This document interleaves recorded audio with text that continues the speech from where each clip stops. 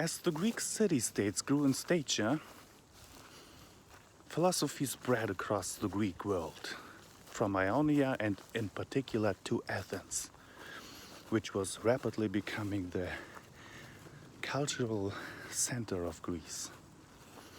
It was here that philosophers broadened the scope of philosophy to include new questions such as how do we know what we know?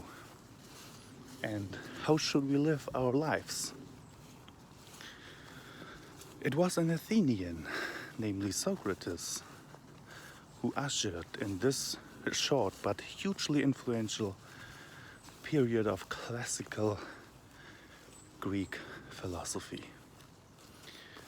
Although he left no writings, his ideas were so important that they steered the future course of philosophy.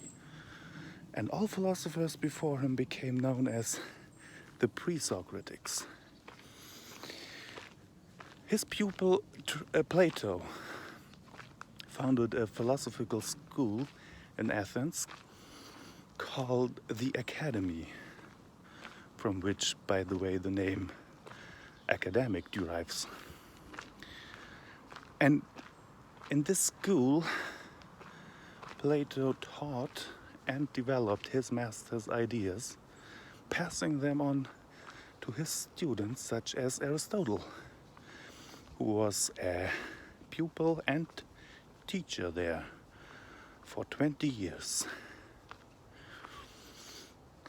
The contrasting ideas and methods of these great thinkers form the basis of Western philosophy as we know it today, and their differences of opinion have continued to divide philosophers throughout history. The classical period of ancient Greece effectively came to an end with the death of Alexander the Great in 323 before Christ. This great leader had united the Greece and the Greek city-states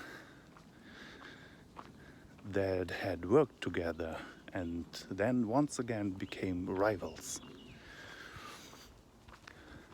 Following the death of Aristotle in 322 before Christ, philosophy also divided into very different schools of thought, as the Cynics,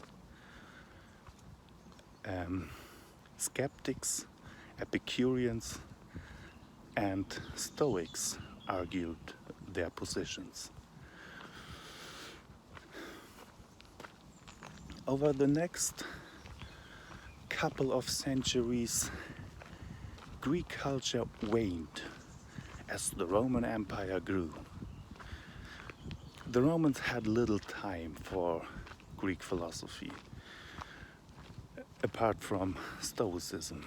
But the Greek ideas persisted, mainly because they were preserved in the manuscripts and translations of the Arab world.